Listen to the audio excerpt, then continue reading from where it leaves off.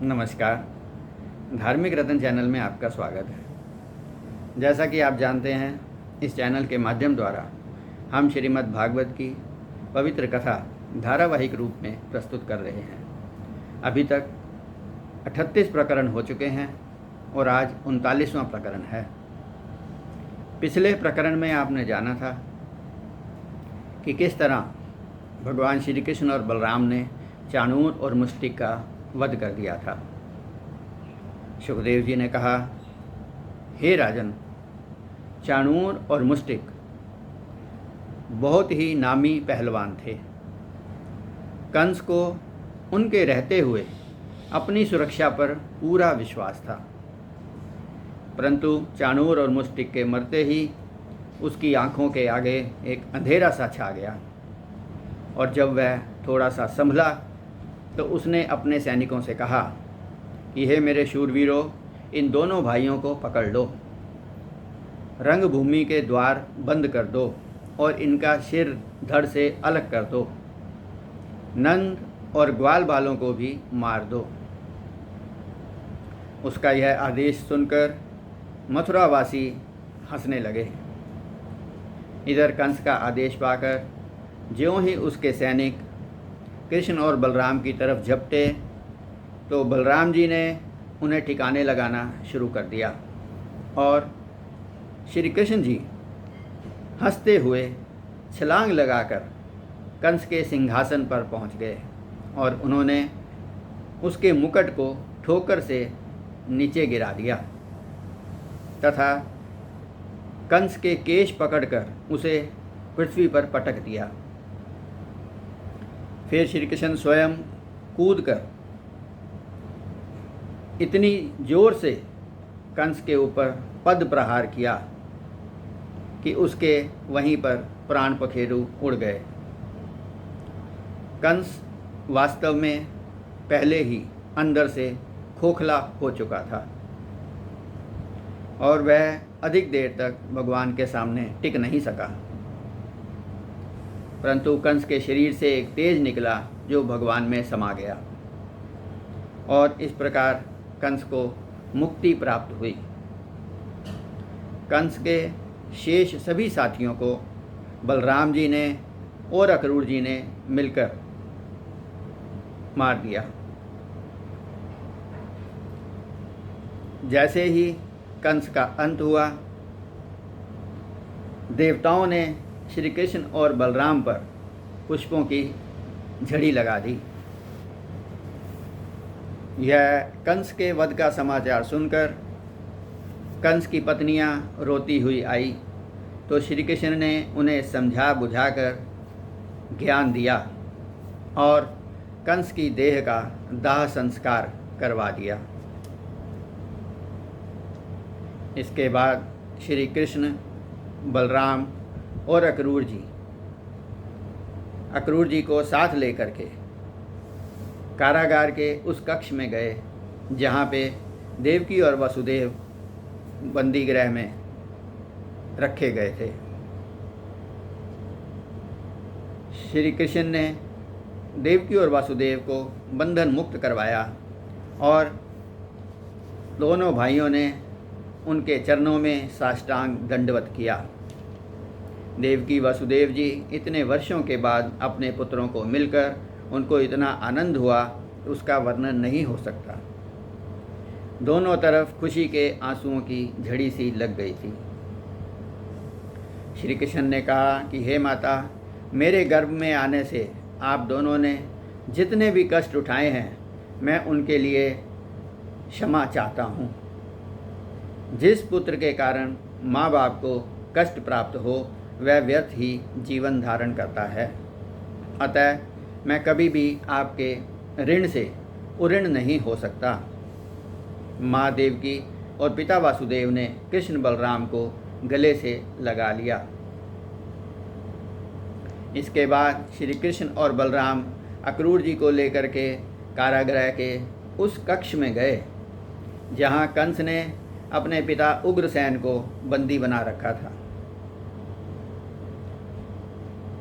अक्रूर जी के आदेश मिलने पर सैनिकों ने उग्रसेन जी को भी कैद मुक्त करवाया। और उसके बाद श्री कृष्ण बलराम ने उग्रसेन जी के चरण छुए। उग्रसेन जी ने उन्हें आशीर्वाद दिया और धन्यवाद भी दिया तथा कहा कि हे श्री कृष्ण, अब तुम सिंहासन पर बैठो।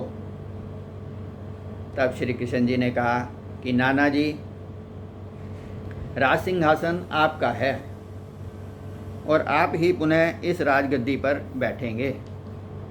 हम तो आपके सेवक बनकर रहेंगे। ऐसा कहकर भगवान श्री कृष्ण ने वहाँ पर एक भव्य समारोह का आयोजन करवाया, जिसमें कि उग्रसेन जी को पुनः राज तिलक दिया गया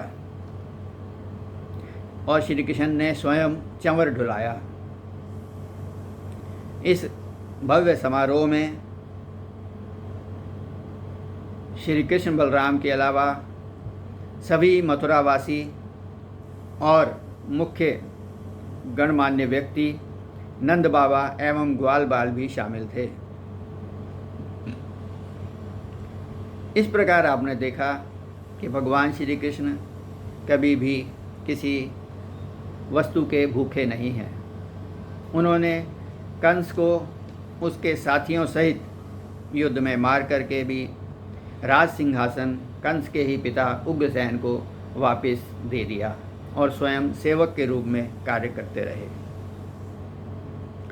इसके बाद श्री कृष्ण जी ने नंद बाबा से कहा कि हे बाबा, आपको यहाँ आए हुए अब बहुत दिन हो गए हैं और मैया घर में अकेली है, अतः अब आप ग्वाल बालों को साथ लेकर वापस वृंदावन को पधारें। यह सुन करके नंद बाबा भी रोने लगे और सभी ग्वाल बाल भी बहुत ही उदास हो गए। श्री कृष्ण ने उन्हें बताया कि मैं आपके साथ इस समय हम वापस नहीं चल सकते, क्योंकि हम बहुत वर्षों के बाद अपने माता पिता को मिले हैं, अतः हम कुछ दिन रहकर उनकी सेवा करना चाहते हैं। अतः आप इस समय वृंदावन को वापस जाएं और माता को भी ढाढ़स बंधाएं और अपना ध्यान रखें। श्री कृष्ण की यह बातें सुन करके नंद बाबा सभी ग्वाल बालों के साथ वापस वृंदावन की ओर चल पड़े। वे सब इस तरह जा रहे थे जैसे कि कोई व्यक्ति अपनी पूरी सुख संपत्ति लुटा करके घर वापस जा रहा हो। जब नंद बाबा ग्वाल बालों के साथ वृंदावन वापस पहुँचे तो उन्होंने देखा द्वार के ऊपर यशोदा मैया बैठी हुई है और आंसू बहा रही है और ताज़ा माखन निकाल करके अपने कान्हा का इंतज़ार कर रही है। इस प्रकार आपने देखा कि माँ यशोदा श्री कृष्ण के इंतज़ार में रोज़ नया माखन निकाल करके वहाँ दरवाजे पर बैठ जाती थी। जब नंद बाबा ने लौटने पर उन्हें बताया कि अभी श्री कृष्ण हमारे साथ नहीं आए हैं और वे कुछ दिन वहीं रहेंगे, तो माँ यशोदा तो बहुत ही उदास हो गई और रोने लग गई। यह समाचार पा करके सभी गोपियाँ भी वहाँ आ गई और वो सब भी बहुत ही उदास हो गई और उन्होंने भी रोना शुरू कर दिया। नंद बाबा ने सबको समझाया और किसी तरह से उनको अंदर लेकर के गए। सभी ग्वाल बाल भी अब श्री कृष्ण के बिना बहुत ही उदास रहने लगे थे और माता यशोदा, गोपियाँ और ग्वाल बाल सभी भगवान श्री कृष्ण का वापस आने का इंतज़ार करते हुए अपने जीवन की घड़ियाँ बिताने लगे थे।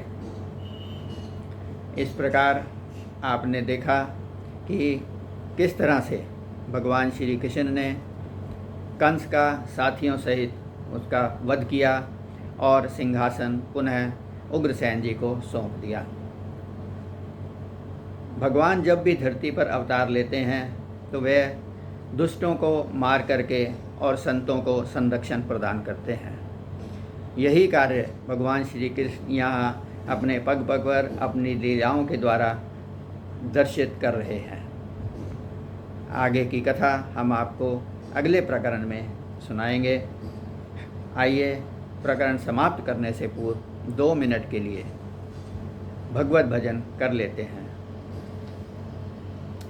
श्रीमन्नारायण नारायण नारायण, श्रीमन्नारायण नारायण नारायण, श्रीमन्नारायण नारायण नारायण, श्रीमन्नारायण नारायण नारायण, श्रीमन्नारायण नारायण नारायण, श्रीमन्नारायण नारायण नारायण, बद्री नारायण नारायण नारायण, श्रीमन्नारायण नारायण नारायण, श्रीमन्नारायण नारायण नारायण, लक्ष्मी नारायण नारायण नारायण, श्रीमन्नारायण नारायण नारायण। धन्यवाद। जय श्री कृष्ण।